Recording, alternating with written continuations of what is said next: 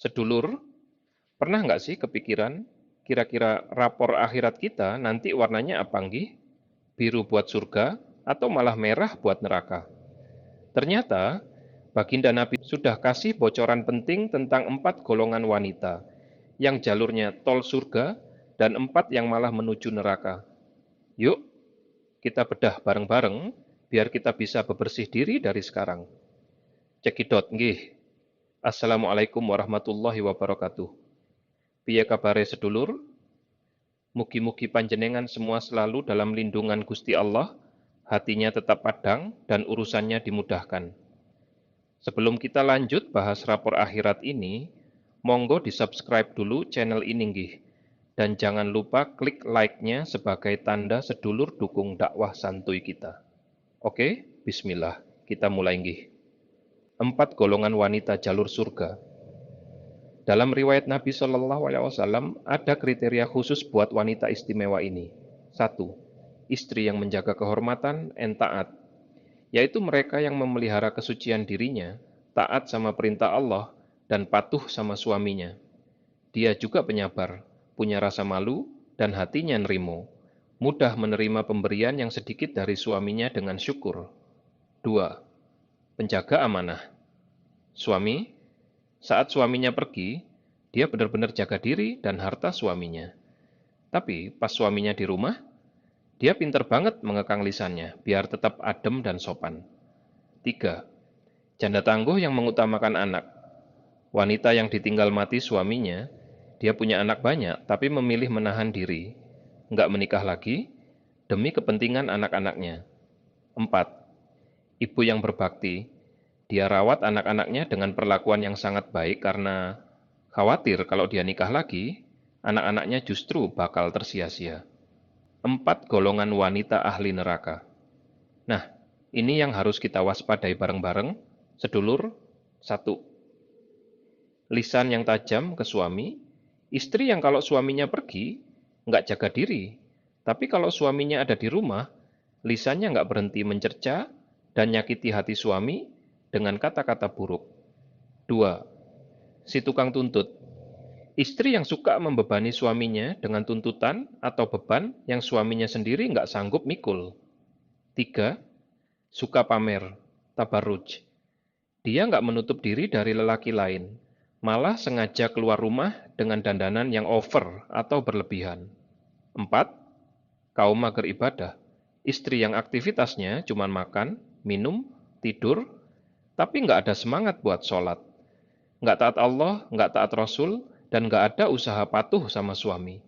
Ngeri, istri yang bersikap kayak gitu itu disebut terlaknat dan masuk ahli neraka, kecuali kalau dia segera bertaubat. Sedulur, narasi ini adalah pengingat buat kita semua, bahwa kunci surga itu sebenarnya ada di sikap kita sehari-hari. Mumpung masih ada waktu, yuk kita perbaiki mana yang masih kurang. Nah, menurut sedulur, sifat mana nih yang paling susah dijaga di zaman sekarang? Tulis di kolom komentar nggih, biar kita bisa saling mendoakan dan menguatkan. Hari ini kita bakal bahas sesuatu yang daging banget, sebuah peringatan yang harus kita simpan di dalam hati. Khususnya buat para istri yang pengen menjaga mahligai pernikahannya sampai ke surga nanti. Naskah ini bukan buat nakut-nakut tinggi, tapi buat pengingat supaya kita nggak kepleset di jalan yang salah. Pertama, soal peran istri sebagai penyejuk hati. Sahabat Nabi, Sa'ad bin Waqqas, pernah bercerita kalau beliau mendengar Rasulullah Shallallahu Alaihi Wasallam bersabda, sesungguhnya seorang istri, jika dia tidak mau membesarkan hati suaminya sewaktu suaminya lagi mengalami kesempitan atau lagi sumpek hidupnya, maka Allah bakal melaknatnya. Nggak cuma Allah, para malaikat semuanya juga bakal ikut melaknat dirinya. Coba kita bayangkan gih, sedulur. Suami itu kalau sudah di luar rumah, dia banting tulang, peras keringat, kadang kena marah bos atau usahanya lagi sepi. Pas pulang, dia itu butuh charger, butuh sandaran hati. Kalau di saat dia lagi sempit dan puyeng kayak gitu, istrinya malah nggak peduli, malah cuek, atau malah nambah beban pikiran. Lah, terus dia mau lari kemana lagi? Disinilah hukum langit bicara. Istri yang nggak mau jadi penghibur saat suaminya susah, itu mengundang kemurkaan dari Allah dan seluruh malaikatnya. Kedua, soal menjaga pandangan mata. Selanjutnya, ada pesan penting dari Salman Al-Farisi. Beliau mendengar Rasulullah SAW bersabda, "Tidaklah seorang istri yang memperhatikan lelaki yang bukan suaminya disertai dengan rasa syahwat, kecuali kedua matanya kelak di hari kiamat akan dibutakan." Sedulur, zaman sekarang godaan itu ada di dalam genggaman tangan. Pas lagi scroll media sosial, lihat cowok ganteng, atletis, atau yang kelihatannya lebih mapan dari suami sendiri, lalu hati mulai membanding-bandingkan, dan muncul rasa syahwat. Hati-hati nggih. Mata yang kita gunakan buat melihat yang nggak halal di dunia ini, balasannya adalah kegelapan di hari kiamat nanti. Menjaga pandangan itu bukan cuma buat laki-laki, tapi buat para istri juga supaya hatinya tetap setia dan terjaga cuma buat suaminya seorang. Ketiga, soal amanah dalam penggunaan harta. Peringatan terakhir ini datang dari Abu Ayyub Al-Ansyari. Beliau mendengar Rasulullah Shallallahu Alaihi Wasallam bersabda, "Di langit dunia, Allah menempatkan 70.000 malaikat yang tugasnya melaknati setiap istri yang mengkhianati suaminya dalam penggunaan harta." Bahkan, hadis ini menyebutkan sesuatu yang bikin kita merinding.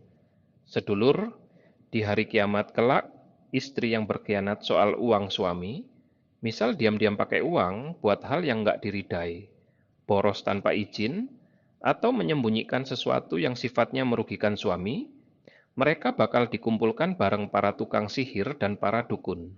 Padahal, mungkin sepanjang hidupnya dia sudah merasa melayani suaminya dengan baik. Ternyata, urusan kejujuran finansial itu sakral banget. Jangan sampai pelayanan kita selama puluhan tahun rontok pahalanya cuma gara-gara kita nggak amanah soal harta suami. Sedulur, 3 poin ini adalah rem buat kita semua. Rumah tangga itu ibarat ibadah yang panjang banget, maka butuh keikhlasan dan kejujuran yang luar biasa. Namanya manusia pasti ada khilafnya, tapi mumpung kita masih dikasih napas, yuk kita segera istighfar dan memperbaiki diri. Mugi-mugi naskah ini bisa jadi wasilah buat kita semua jadi pribadi yang lebih sae dan rumah tangga kita makin barokah. Lanjut nggih sedulur, kita sambung lagi pembahasan yang luar biasa penting ini. Peringatan-peringatan selanjutnya ini bakal bikin kita makin mawas diri dalam menjaga sikap di dalam rumah tangga. Tolong disimak pelan-pelan supaya barokahnya meresap ke hati. Nah, di tengah peringatan yang berat, ada kabar gembira yang bikin hati adem. Rasulullah bersabda, "Kalau Allah mengharamkan setiap orang masuk surga sebelum beliau, tapi tiba-tiba beliau melihat dari sebelah kanannya, ada seorang perempuan yang mendahului beliau menuju pintu surga." Rasulullah sampai bertanya, "Bagaimana perempuan ini bisa mendahuluiku?" Ternyata jawabannya luar biasa. "Sedulur, dia adalah perempuan yang bagus budi pekertinya. Dia mempunyai anak-anak yatim, tapi dia sangat bersabar merawat mereka sendirian, sampai anak-anak itu mencapai usia baligh. Dan yang paling hebat, dia selalu bersyukur kepada Allah atas semua perjuangan itu." Masya Allah. Ini bukti kalau kesabaran seorang ibu, apalagi janda yang berjuang buat anaknya, itu derajatnya tinggi banget di mata Allah. Lanjut ke peringatan dari sahabat Umar bin Khattab. Beliau menyampaikan bahwa Rasulullah Shallallahu Alaihi Wasallam bersabda, "Mana saja istri yang memperkeraskan suaranya kepada suaminya, kecuali dia bakal dilaknat oleh segala sesuatu yang tersinar oleh sinar mentari." Coba bayangkan, sedulur, kalau kita hobi ngebentak atau teriak-teriak sama suami, itu seluruh alam semesta yang kena sinar matahari ikut melaknat kita.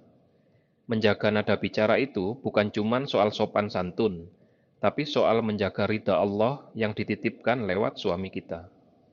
Terakhir, ada pesan dari sahabat Abu Dzar yang sangat menyentuh inti ibadah kita. Beliau mendengar Rasulullah Shallallahu Alaihi Wasallam bersabda, "Kalau seandainya ada seorang istri yang ibadahnya sudah kayak ibadahnya para malaikat dan manusia yang paling ahli ibadah sekalipun, Tapi kemudian dia membuat suaminya merasa prihatin atau tertekan karena masalah nafkah, menuntut di luar kemampuan suami. Maka di hari kiamat, dia bakal datang dalam keadaan tangannya terbelenggu pada leher dan kakinya terikat. Wajahnya pucat, mulutnya dirobek, dan dirinya digantung oleh malaikat yang sangat keras, lalu diseret menuju neraka. Poin ini jadi rem buat kita semua, supaya nggak gampang menuntut sesuatu yang di luar batas kemampuan suami. Ibadah yang rajin nggak akan bisa menutupi luka hati suami, yang merasa terhina karena urusan nafkah. Mugi-mugi, 4 poin tambahan ini bikin kita makin hati-hati dalam berucap dan bertindak. Namanya rumah tangga itu kan tujuannya buat cari surga bareng-bareng, nggih toh? Sedulur, kita sambung lagi nggih pembahasan yang sangat mendalam ini. Kali ini kita akan membahas tentang hak-hak suami yang seringkali dianggap sepele, padahal bobotnya di timbangan akhirat itu luar biasa besar. Tolong disimak dengan hati yang lapang, karena ini adalah ilmu warisan baginda Nabi untuk keselamatan rumah tangga kita. Pertama, soal adab keluar rumah. Salman Al-Farisi menyampaikan bahwa beliau mendengar Rasulullah Shallallahu Alaihi Wasallam bersabda, "Mana saja istri yang bersolek dan mengenakan wewangian, lalu keluar rumah tanpa mendapat izin dari suaminya, maka sesungguhnya dia berjalan dalam kemurkaan Allah dan kebenciannya sampai dia kembali." Jadi, sedulur, tampil cantik dan wangi itu utama, tapi tempatnya adalah di dalam rumah buat suami. Kalau keluar rumah tanpa izin, apalagi sengaja dandan buat orang lain, itu sama saja kita sedang menjemput murka Allah di setiap langkah kaki kita. Kedua, soal menjaga aurat di tempat lain. Rasulullah Shallallahu Alaihi Wasallam juga mengingatkan dalam hadis riwayat Imam Ahmad dan Al-Hakim, mana saja istri yang menukar pakaiannya di lain rumah, dengan maksud sengaja dibuka, supaya terlihat lelaki lain, maka Allah pasti merobek penutupnya. Maksudnya, Allah tidak akan menutupi dosa-dosanya. Ini peringatan keras nggih, agar kita selalu menjaga rasa malu dan kehormatan, dimanapun kita berada. Ketiga, betapa besarnya hak suami atas istrinya. Ada kisah menarik dalam riwayat Al-Hakim. Seorang perempuan bertanya kepada Nabi karena ingin tahu apa saja hak suami sebelum dia memutuskan untuk menikah. Jawaban Nabi sangat mengejutkan. Di antara hak-hak suami adalah seandainya dari hidungnya mengalir darah atau nanah, lalu istrinya menjilatnya, maka yang demikian itu belum cukup menunaikan hak-haknya. Seandainya diperbolehkan seseorang bersujud kepada orang lain, tentu aku perintahkan seorang istri supaya bersujud kepada suaminya. Mendengar itu, wanita tersebut sampai berkata bahwa dia tidak akan menikah selama di dunia karena merasa berat. Namun, dalam riwayat lain yang disampaikan Aisyah ketika ada perempuan muda menanyakan hal serupa, Rasulullah tetap menyarankan, sebaiknya menikahlah, karena menikah itu baik. Metafor menjilat nanah atau sujud itu, janjan adalah gambaran betapa tingginya kedudukan suami sebagai pemimpin keluarga yang harus dihormati. Keempat, ketaatan sebagai pintu ridha Allah. Dalam riwayat At-Tabrani disebutkan bahwa seorang istri belum terhitung memenuhi hak-hak Allah sebelum dia memenuhi hak-hak suaminya secara keseluruhan. Bahkan, kalau suami meminta dilayani urusan biologis, sementara istri sedang di atas punggung unta, istri tidak boleh menolaknya. Ketaatan dalam urusan ini adalah kunci keharmonisan yang sangat dijaga dalam Islam. Kelima, aturan dalam rumah tangga. Menurut Ibnu Abbas, beliau menceritakan ada perempuan dari Kats'am yang bertanya hal serupa. Rasulullah Shallallahu Alaihi Wasallam memberikan beberapa poin teknis yang harus dicatat nggih. 1. Izin memberi sesuatu. Istri jangan memberikan apapun dari rumahnya, harta suami, kecuali seizin suami. Kalau tetap dilakukan, istrinya dapat dosa, pahalanya malah lari ke suaminya. 2. Izin puasa sunnah. Istri jangan puasa sunnah tanpa izin suami. Kalau nekat, dia cuma dapat lapar dan haus, tapi pahala puasanya tidak diterima. 3. Izin keluar rumah. Kalau memaksa keluar tanpa izin, malaikat bakal melaknatnya sampai dia kembali dan bertaubat. Sedulur, poin-poin di atas adalah rambu-rambu, agar rumah tangga kita nggak cuma bahagia di dunia, tapi juga selamat di akhirat. Memang kedengarannya berat, tapi kalau dilakukan dengan rasa cinta dan niat ibadah, insya Allah semua jadi ringan dan berbuah surga. Wallahu a'lam. Kalau panjenengan merasa pembahasan ini bermanfaat untuk memperbaiki diri dan keluarga, jangan lupa klik tombol subscribe dan aktifkan lonceng nyanggih. Berikan like terbaik panjenengan dan tulis di kolom komentar apa pendapatmu atau pengalamanmu dalam menjaga ketaatan dalam rumah tangga. Mari kita saling mendoakan agar keluarga kita selalu dalam ridha Allah. Matur nuwun nggih, sedulur, sudah menyimak sampai akhir. Mugi-mugi bahasan ini bisa jadi wasilah biar rumah tangga kita makin adem dan penuh ridha Allah. Kalau panjenengan merasa video ini bermanfaat, jangan lupa klik subscribe dan kasih like, terbaiknya nggih. Terus, tulis di kolom komentar ya, nasihat mana yang paling makjeleb buat panjenengan, biar kita bisa saling menguatkan di sana. Sampai ketemu di konten selanjutnya.